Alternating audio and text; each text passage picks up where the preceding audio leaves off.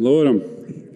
Сакам во оваа реплика да дополнам одредени информации. Треба да исправите, господин Александров. И да дополнам, Така пишува пишува во во деловникот, не треба да пишете исправите го. неточно. И да дополнам.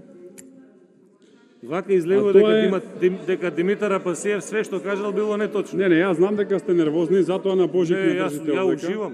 Јас уживам во ова. Значи, треба македонската јавност да знае дека денес на Божик не држите тука во собрание. Да очеститам Божик на сите што го слават. И дека толку ви е голема маката, што на Божик мора да седиме тука за да му даде собранието дозвола на Зоран Заев да подпише договор, како што ниеден премиер претходно не сакал да подпише и се тужел, одел по судови со компанијата со која што треба да подпише, без разлика дали било од ВМРО-ДПМН или од СДСМ. И ова е отприлика, колега Апасиев, слично како промената на името.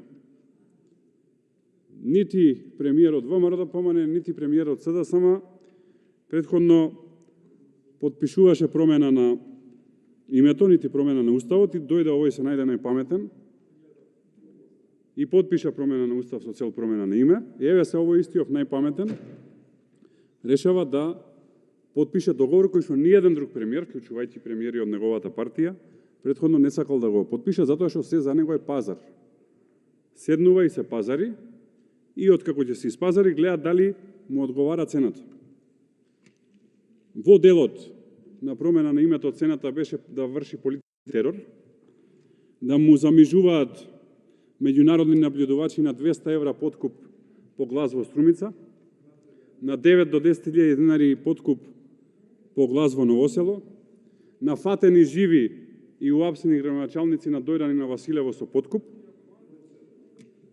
Новосело, а овдека не има одредена подршка. Дали е таа финансиска, медиумска или комбинирана, веројатно си знаат таму во договорите.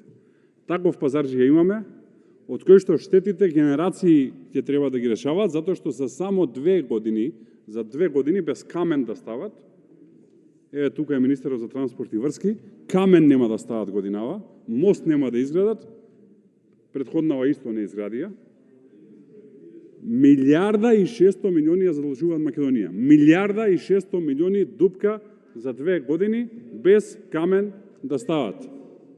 Таа имаме овдека. И за фейк нюз да ви одговорам.